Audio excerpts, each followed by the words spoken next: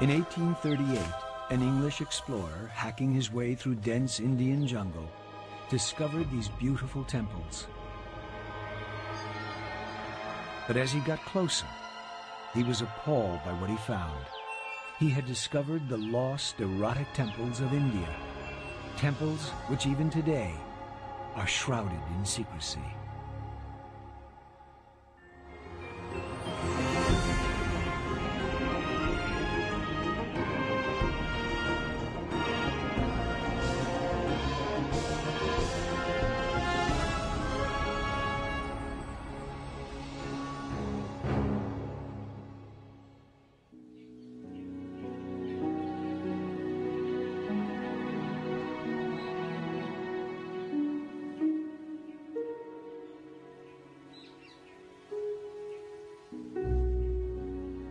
This is the face of India that the whole world knows, the Taj Mahal, one of those amazing works of art that completely lives up to its reputation. With its perfect proportions, its white marble finish, and the beauty of its intricate inlay, it's consistently voted the most beautiful building in the world. It was built for love by a Muslim emperor in the mid-1600s, about the same time Versailles was being created for the kings of France. Shah Jahan built it for his favorite wife, Mumtaz Mahal. She died giving birth to their 14th child, and as she lay dying, she made Shah Jahan promise he would build her the most beautiful tomb in the world.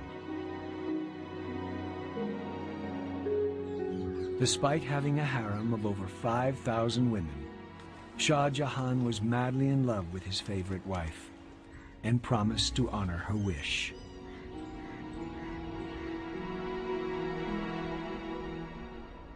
The emperor collected gems, so his craftsmen carved gemstones into flowers and shapes, carefully slicing thin sections of jade, lapis, amber, jasper, and amethyst, and then inlaying them into the white marble.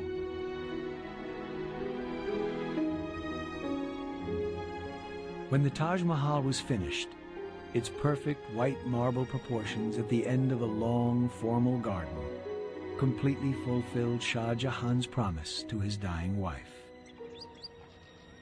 When people think of India, they think of the Taj Mahal.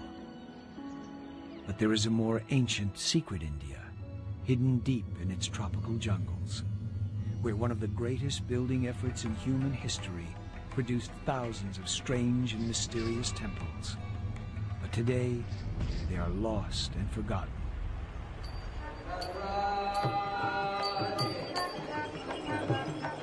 This is India's deep south, the heartland of traditional Indian faith and culture, a land of dazzling emerald green rice fields and immense palm forests, where every few miles a temple soars above the surrounding countryside.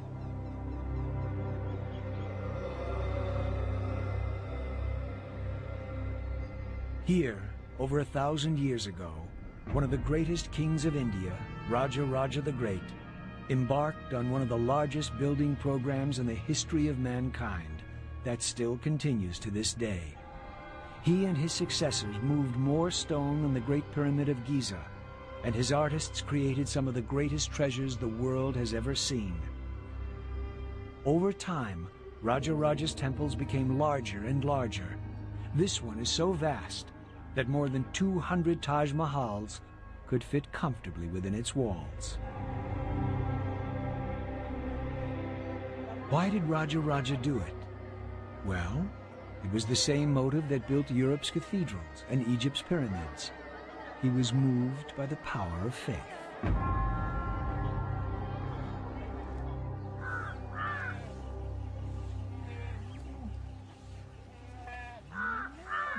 This is a land with almost as many gods as people. Every day at dawn, 16-year-old Kala, the eldest daughter of this family, performs the same ritual. As the sun rises, she draws intricate designs with colored rice flour outside her front door to bring good luck.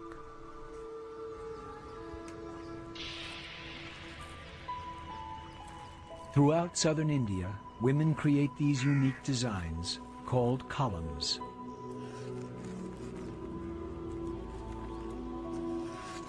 A column is not meant to be permanent, though, and the colored rice flour is dispersed throughout the day, only to be renewed the following morning. The rice flour goes to feed the ants and insects. Hinduism believes all life to be sacred. Even the humble insect has its place. In the larger temples, hundreds of priests carry out the thousands of religious tasks necessary to keep the gods happy. But these are not the gods of the West. Here, the priests are worshipping a phallic symbol, a stone lingam found in thousands of Indian temples. The West has never understood this erotic side of the Hindu religion, with its lingams, naked sculptures, and many-faced gods.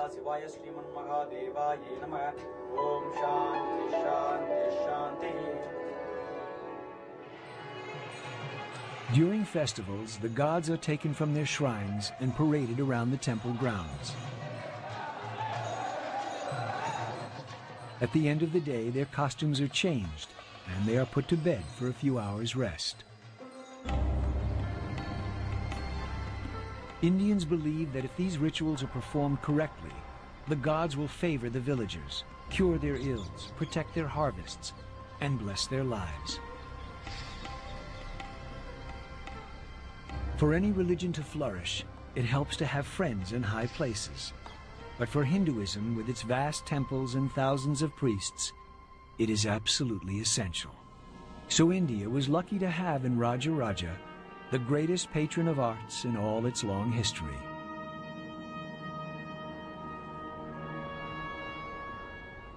And this is where he started, with this great temple at Tanjor. When it was finished 1,000 years ago, it was the most amazing building in India, more than 10 times taller than anything built before it. And it's not only huge, but it's all made of granite, one of the hardest stones in the world. The personality of Rajaraja is stamped all over this building. The most successful king the South ever produced had to build the greatest temple ever seen.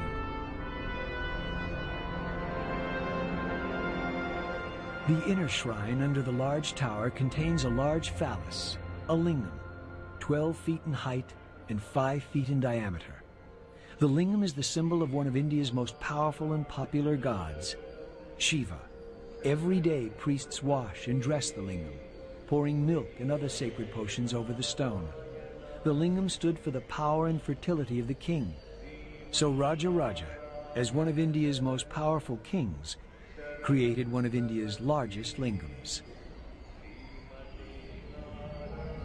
Until recently, we had no idea what the great king looked like.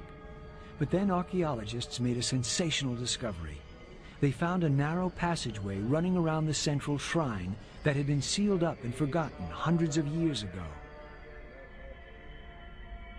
When the excavators peered in, they found its walls covered with unique paintings from the time of Rajaraja the Great.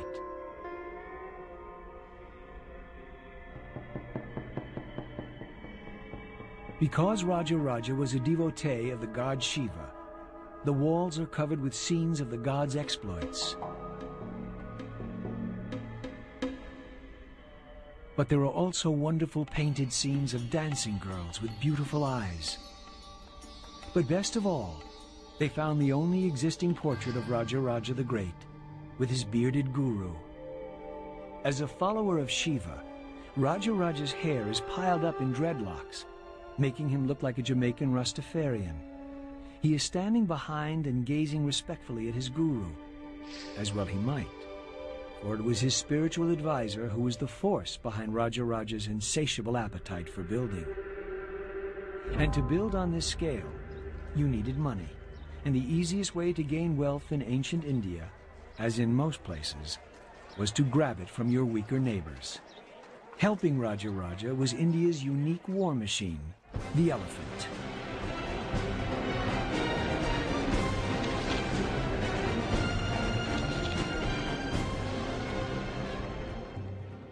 Here in the jungles of southern India, Rajaraja's men searched for wild elephants.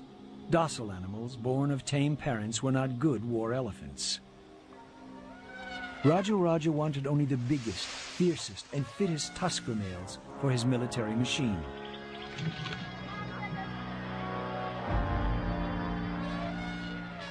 A stockade was constructed by up to 1,000 elephant trainers, or mahouts. They would then drive the herd into a funnel that led into the stockade. Once the elephants were inside, the door was shut, and the training process began.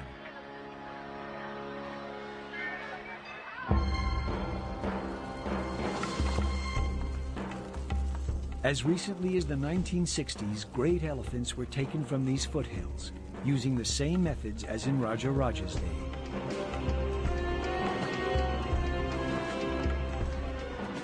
They picked the strongest bulls to be trained for the battlefield.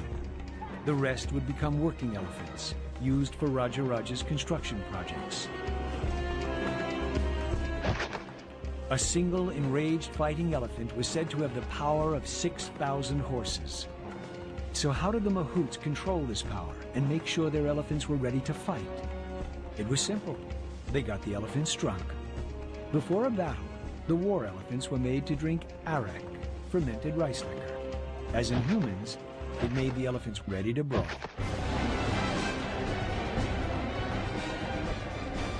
They could literally slice their way through the opposition with razor-sharp blades attached to their trunks.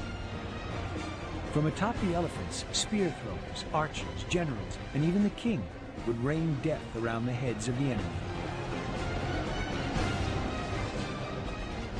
But how do you take a wild elephant and make it into a fighting machine?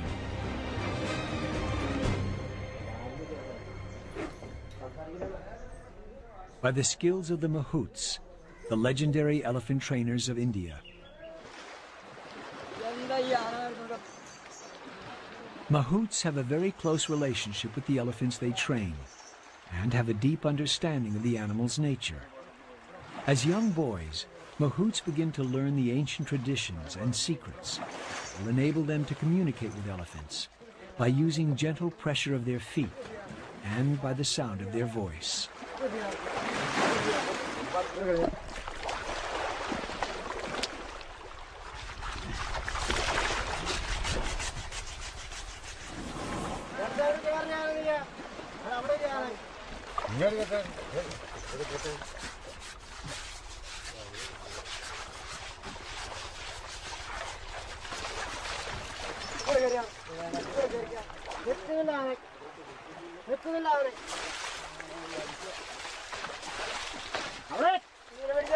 Elephants are very intelligent animals and can perform complicated tasks with amazing dexterity and strength. Rajaraja wanted every elephant he could get his hands on. He was one of the most ambitious kings the world has ever seen. No one had ever built higher in India until Rajaraja's great temple at Tanjor. In only a few years, hundreds of thousands of tons of pure granite, one of the hardest stones in the world, were hacked out of the earth to build his dream temple. The quarry that provided the granite for the temple was over 50 miles away. So how did they move this huge amount of granite 1,000 years ago?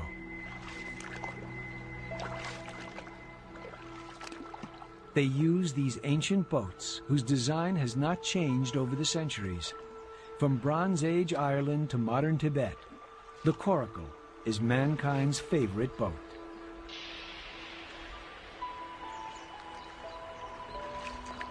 All you need is some flexible wood and animal hides. In some parts of India, the coracle is still used to ferry people and their possessions, goats, and the occasional motorbike across rivers. But a coracle could only move blocks weighing a few tons, sufficient for much of Tanjor, but no use at all for this, the huge capstone on top of the temple. It consists of two massive blocks of granite, each weighing 40 tons.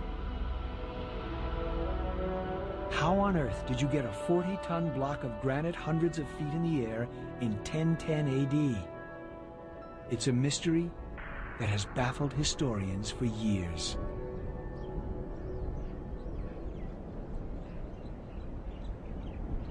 The exotic lost temples of India are as full of mystery today as they were when Western explorers first stumbled onto them over a century ago.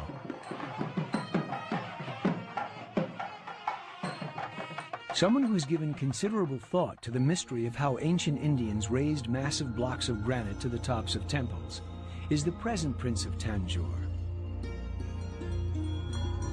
He's fascinated by the achievements of India's greatest king, Rajaraja the Great.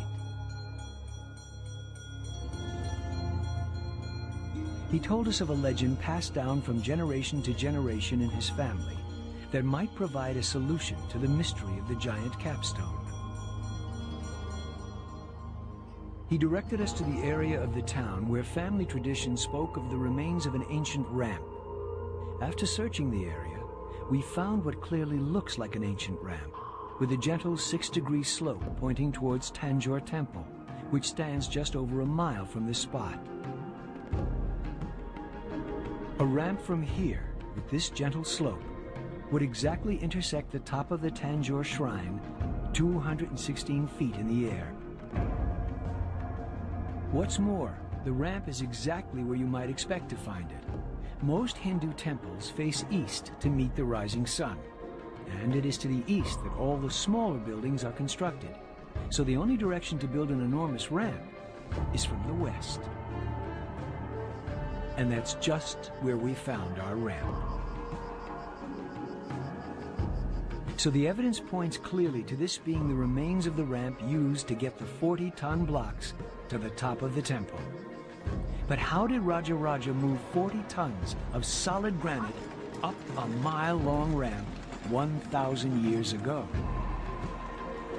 Elephants. After all, he had tens of thousands of them in his army. But no one has used elephants to move blocks of this size in living memory. So, we decided to try an experiment. We ordered a block of granite to be delivered to a slope identical to the ramp we had discovered at Tanjor.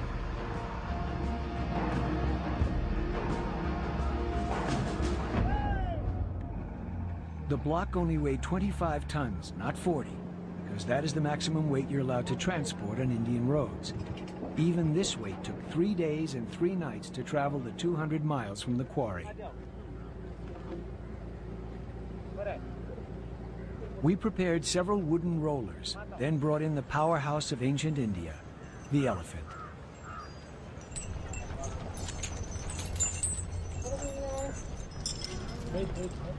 The elephants moved into position to both push and pull the block.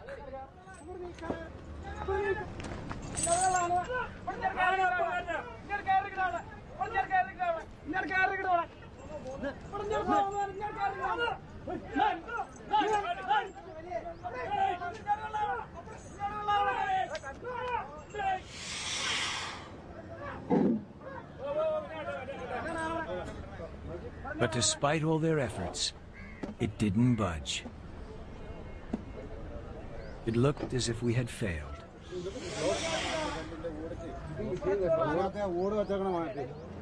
But one of the men who was handling the elephants noticed that one of the logs wasn't completely round.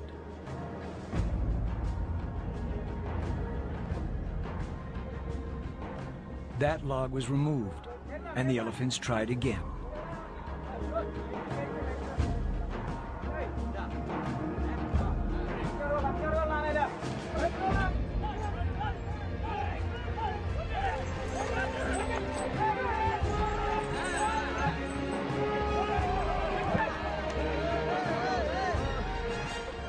Success.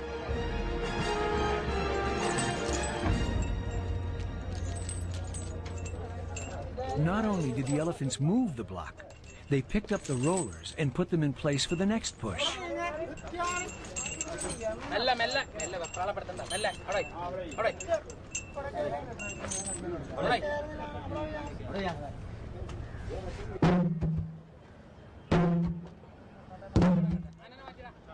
Our experiment showed how it was possible for Rajaraja and his architects to move giant stones to the summit of his temple. But how did they cut the stones in the first place? Remember, this temple is built almost entirely of granite, one of the world's hardest stones. How did Rajaraja's workers 1,000 years ago shape and carve this immensely hard stone using only primitive tools?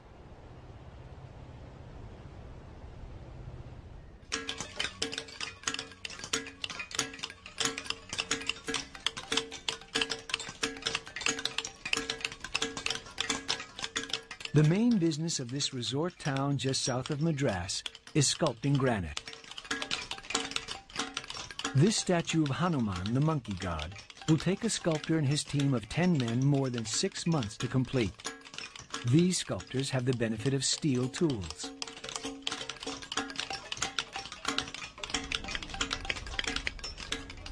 In the 9th century, the only tools available were made of soft iron. It would have taken many years for a statue like this to be carved. So this carved rock face must have taken decades.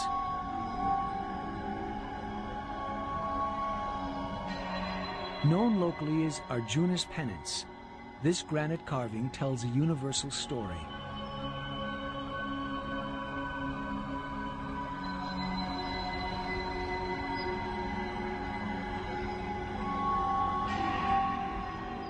See this holy man standing in the burning sun on one leg, with his hands in the air performing a penance?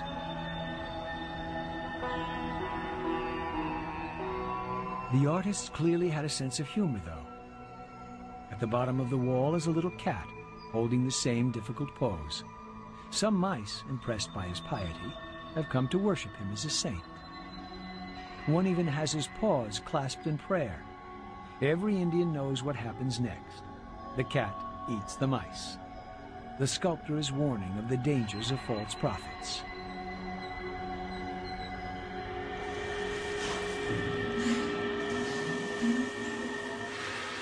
Iron tools might have been fine for sculpting, but how did these ancient craftsmen quarry the hardest stone in the world? Today, even a diamond-tipped circular saw and countless gallons of water will take hours to cut through this block of granite. Looking around, you can see clues to how this would have been done 1,000 years ago. Once he had decided which segment of stone he wanted to quarry, the stonemason used a small iron chisel to hollow out rows of little pockets in the granite. Then he hammered wooden blocks firmly into the holes and poured water over them. The wood would then slowly swell until the granite split. That's how Rajaraja quarried stone for his temples.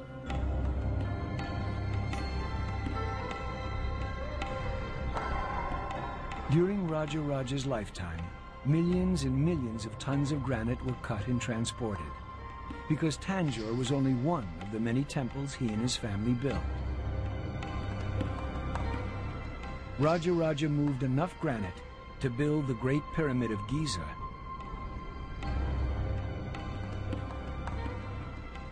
What was the driving force behind this building frenzy? Religion. You see, as a king, Rajaraja was in a terrible bind. On the one hand, his religion told him not to kill, but on the other, as a successful king, he was supposed to make war on his neighbors.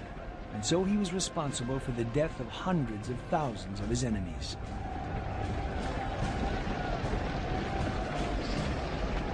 He firmly believed in reincarnation, and that his actions in this life would determine his luck in the next life. So given the blood on his hands, he might come back as a worm, or even worse. That's why in the painting of Rajaraja, in the secret passage of the great temple at Tanjor, the greatest warrior that India ever produced is shown paying respect to his elderly guru. The holy man held the key to Rajaraja's salvation. He knew that Rajaraja had to build more temples in order to ensure a good reincarnation. So the man responsible for the spiritual health of the king was painted in front of the great Rajaraja.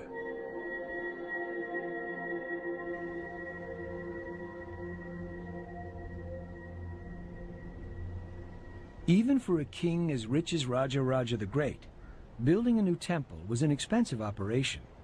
It wasn't just the building, it was the upkeep. An Indian temple employs thousands of people.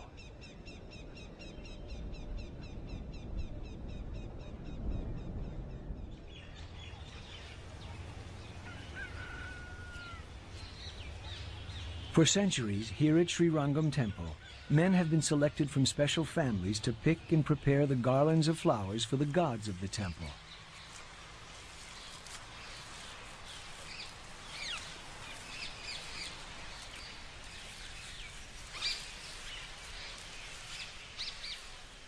"58-year-old Ramanuja can never marry and must maintain a vow of silence as he prepares garlands for the gods. Every day he rises before dawn to start picking the many sacred flowers. String is strictly forbidden, so he uses fiber from dried banana trees to tie the garlands together. Up to 40 garlands a day for 20 gods and saints are produced in this little room, which no one except Ramanuja and the other garland makers can enter.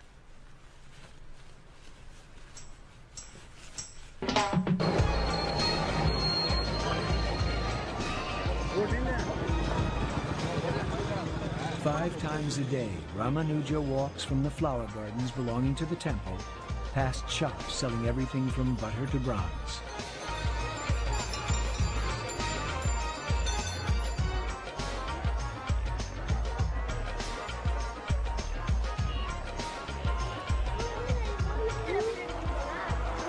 It's a huge, bustling city of 50,000 people, and all of them depend on the temple for their livelihood.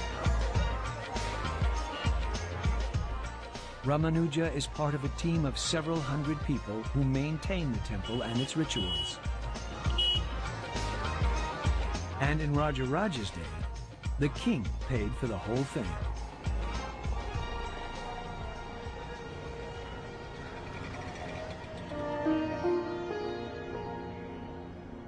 At the end of his journey in the heart of the temple, Ramanuja hands over his garlands to the priests.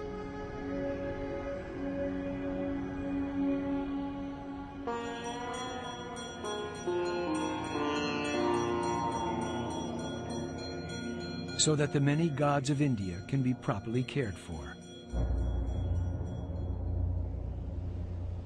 In his lifetime, Rajaraja's great temple at Tanjor was a hive of activity. A temple this big needs hundreds of people to run it. Inscriptions tell us that over 4,000 cows, 7,000 sheep, and 30 buffalo were needed to supply the butter for the hundreds of lamps that lit the temple. It must have been a blazingly bright place.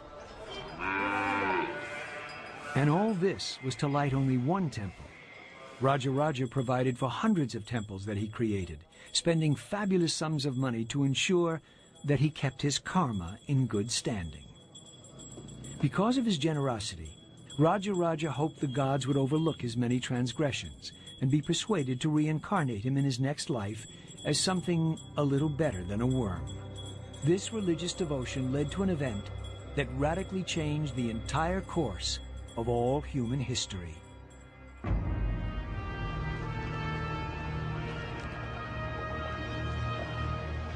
One of the best-kept secrets of the lost temples of India is that Indian kings like Rajaraja were as important to world civilization as the ancient Greeks. Indian traders rode the monsoon winds to Southeast Asia and beyond, bringing their gods, art, and architecture.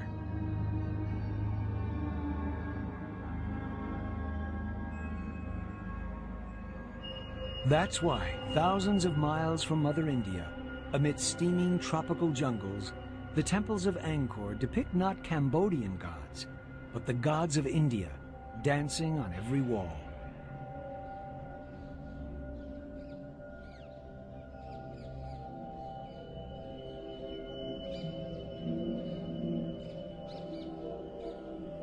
Not only did the traders bring new religions to distant parts of Asia, they also carried with them some of the greatest art ever created, the incomparable religious art of India.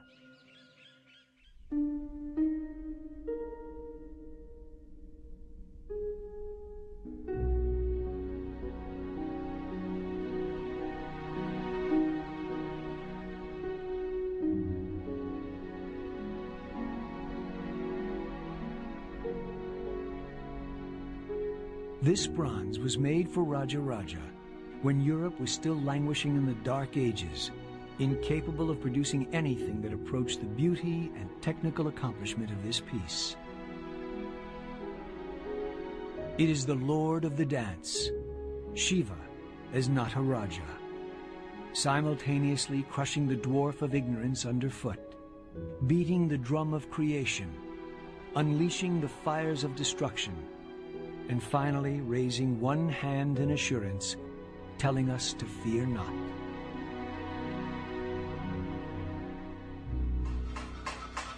Near Tanjor, artists still create bronzes in exactly the same way as they did in the time of Rajaraja the Great.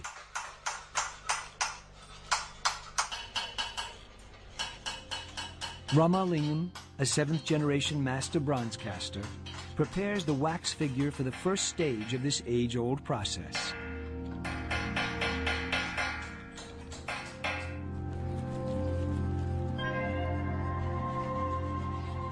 After the figure has been shaped in wax by the master, mud from the banks of the sacred Kaveri River is packed around it.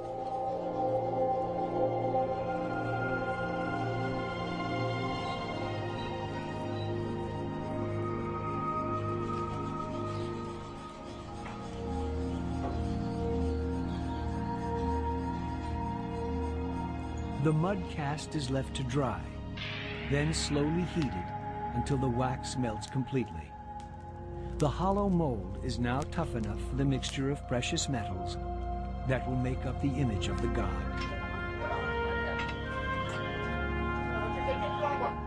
Copper, brass, tin, gold, and silver are melted together at temperatures reaching over 1,000 degrees centigrade and then poured into the mold and left to cool.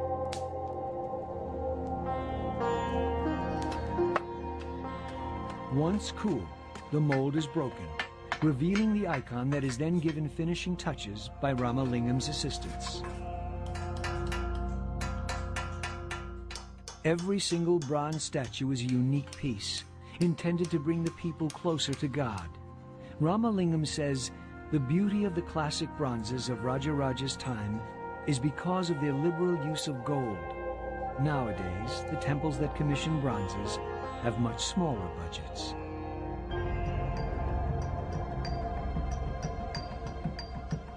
Shiva as Nataraja, caught in a snapshot pose, dances the world into existence.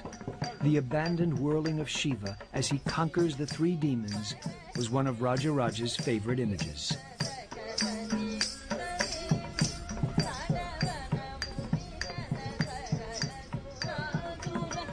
A temple without dancers would have been like a football team without cheerleaders. The whirling of the finest temple dancers, or Devadasis, accompanied worship. Without dancers, the god could not be expected to perform its role as the giver of blessings and the protector of the temple.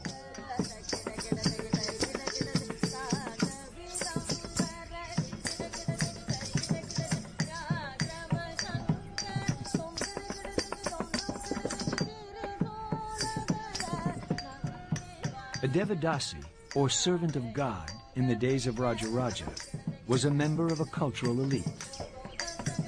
These beautiful women could dance, sing, act, compose poetry, and paint.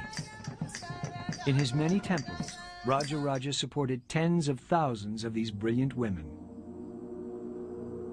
But no golden age lasts forever. A new threat from the north, invading Muslim armies, brought an end to his dynasty.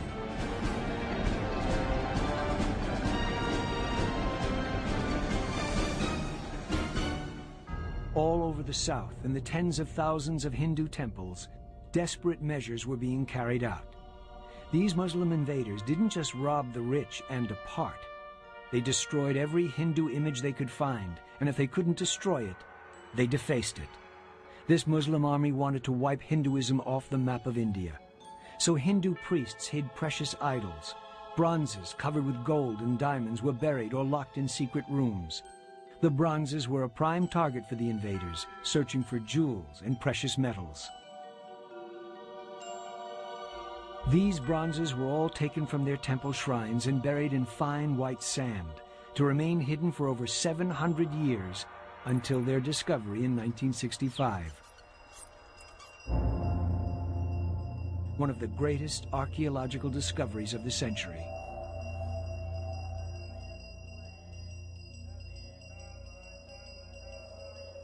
This room, hidden in the recesses of one of Tanjor's smaller and more obscure temples, was full of stone idols collected from other temples and stored here. The room was then sealed and forgotten. When it was rediscovered hundreds of years later, no one knew which idol belonged where, so they have stayed here ever since. The Muslim invaders never managed to suppress the Hindu religion, only loot its treasures. Southern India shrugged off the Muslim invasion and rose again to yet more splendid heights.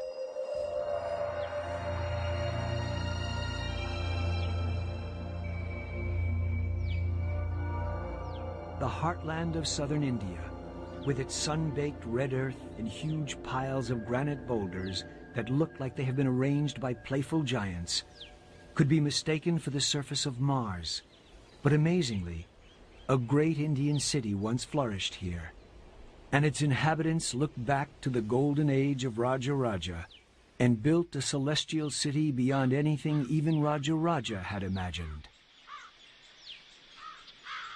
Centuries after Rajaraja's temples had been swallowed by the jungle, a new mysterious holy city rose on a barren plain in southern India called Vijayanagara, the City of Victory. It was founded in 1350, and within 30 years, the city was larger than any other on Earth, with a population 50 times greater than medieval London or Paris.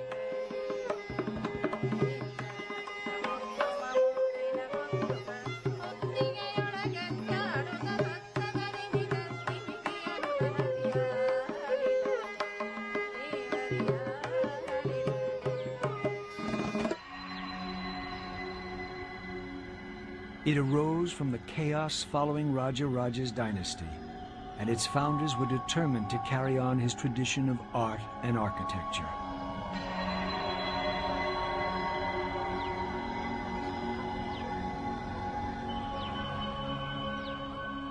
The carved granite murals created for their court show us the lifestyle of the rich and famous.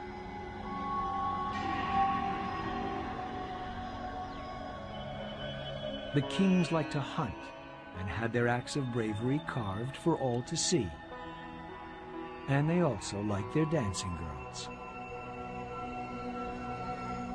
And here, Portuguese traders with their sharp, pointy beards appear before the clean-shaven king. These Portuguese wrote about the life of the city and the lifestyle of its king.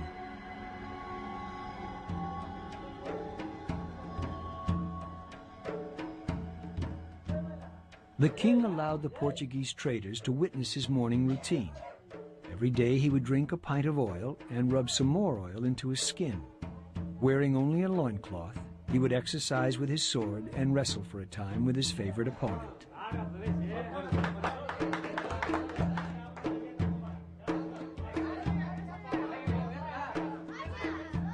The people of Vijayanagara still carry on the tradition of wrestling.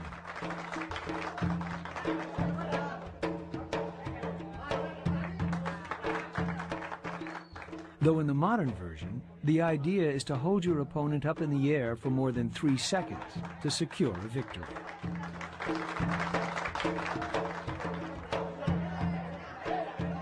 Ancient wrestling was far more brutal. The Portuguese wrote of blows so severe as to break teeth and put out eyes and disfigure faces, so much so that here and there men are carried off speechless by their friends. After he had finished this morning practice, the king would mount his horse and ride from one end of his great city to the other. It was during his reign that the empire counted all of southern India under its control and traded with both the Arabs and Portuguese.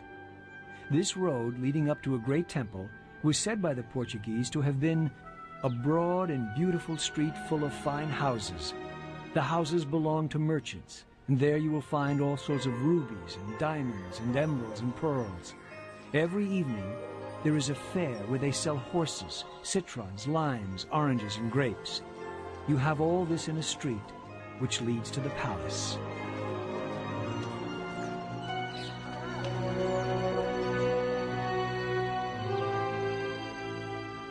In the heat of a southern summer, life at Vijayanagra was only made bearable by water tanks, the swimming pools of ancient India.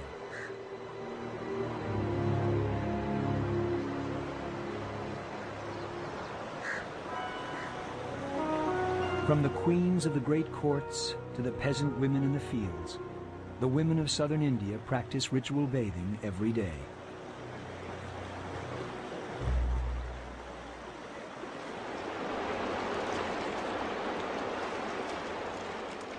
This is where Europe learned that it might be a good idea to take a bath more than once a year.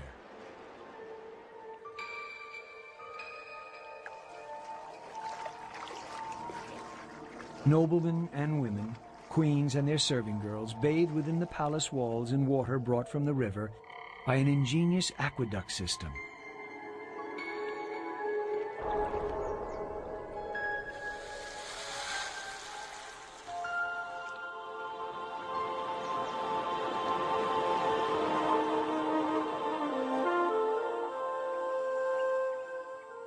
The City of Victory is literally covered in game boards.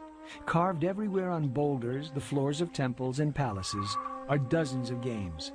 So it's not surprising that chess was invented in India.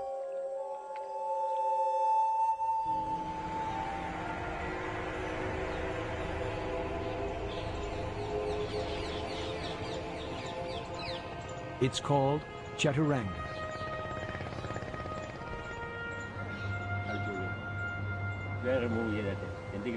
This is the game that the kings of Vijayanagra played to sharpen up their battlefield skills.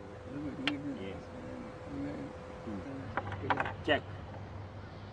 The elephant piece was the castle of today's game, and the most powerful piece. It can move in all directions and even leap over weaker pieces.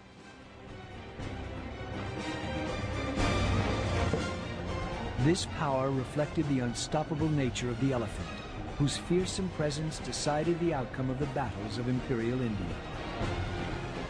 A game of Chaturanga could last for days or even weeks, as long as a real battle, with the loss of the godlike king spelling defeat.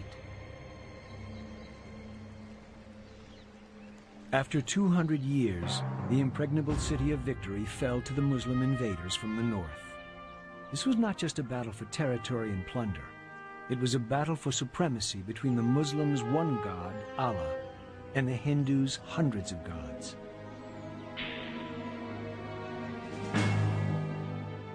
The Hindu general was beheaded on the battlefield, and the battle was over. His army stopped fighting, downed their weapons, and retreated when they saw their leader's head waved aloft on the end of a spear.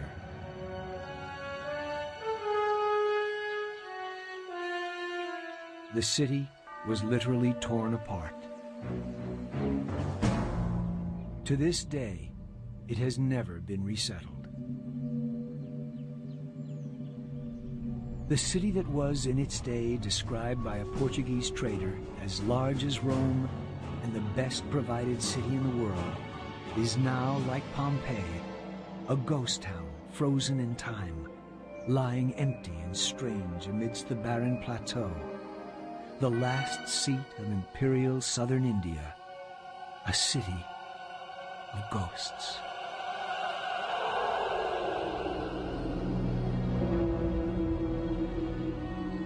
But the South rose yet again, and conscious of the traditions of Rajaraja the Great, built ever larger and more beautiful temples, the jewel of which is Madurai, the grandest and most graceful of all India's temples.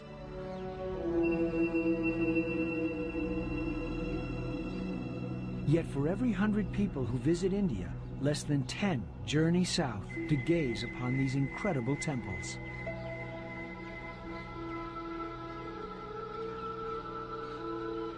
The central shrine was the home of the gods and it was considered incorrect to build anything other than a modest but often gold-plated roof over the shrine. So since the central shrine couldn't be enlarged, the rest of the temple began to get bigger and bigger.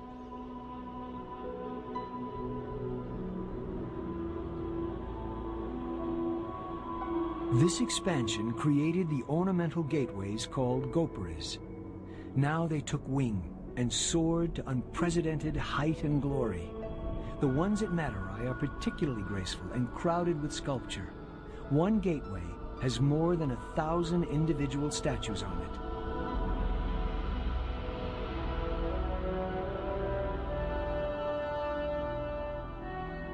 Today, the temple authorities repaint them regularly and in their original vivid colors.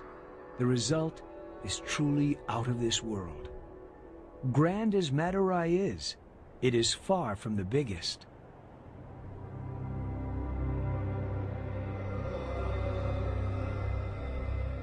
That title goes to Sri Rangam, which is so vast that it could comfortably hold the Kremlin, the US Senate buildings, and the Houses of Parliament, and still have room for the Palace of Versailles and St. Peter's in Rome.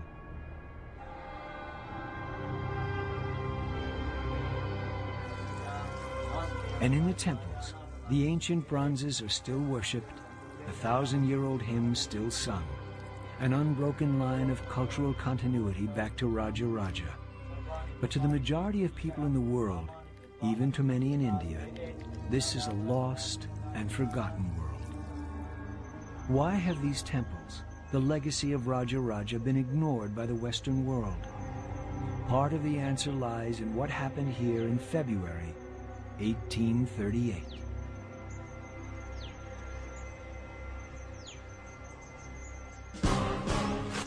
The lost temples of India were discovered in February 1838 by a British army officer called Captain Burke. He was told of the wonders to be seen in a place called Khajuraho, deserted for hundreds of years and covered by a thick canopy of trees. The trouble started when he came close enough to see what was on the walls. I found the ruins most beautifully and exquisitely carved. But some of the sculptures were extremely indecent. The religion of the ancient Hindu could not have been very chaste. The temple walls are covered with scenes of group sex, aroused males and eager females. It is not exactly what the average Christian expects to find on the walls of a house of worship. In the Hindu religion, however, things were very different. One of the many goals in Hinduism was the pursuit of love, and they saw nothing wrong with portraying the pursuit of sexual love on their temple walls.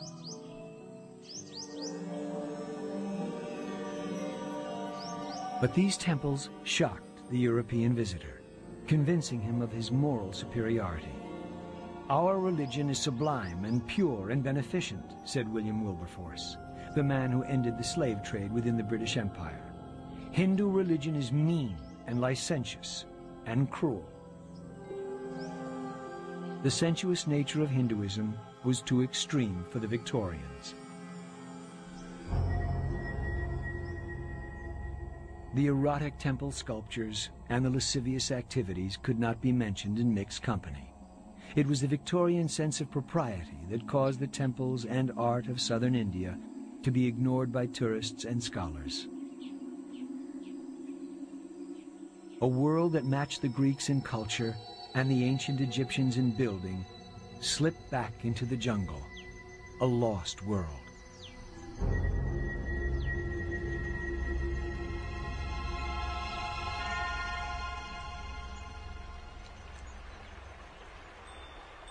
The Europeans in India may have found Hindu gods and temples strange and uncivilized, but they admired and felt comfortable with the architecture of India's Muslim overlords and their one god, Allah.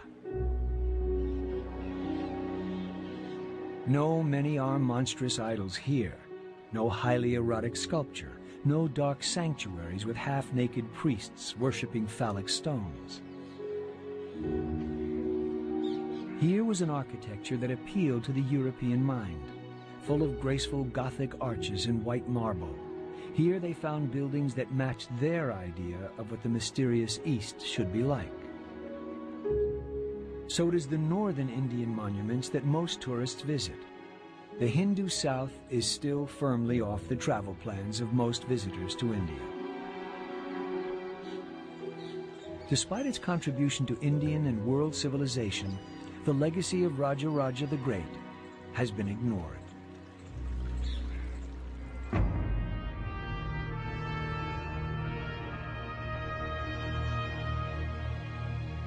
But in southern India, in the temples that Rajaraja and his successors built, the priests still carry out ancient rituals that have remained unchanged for thousands of years.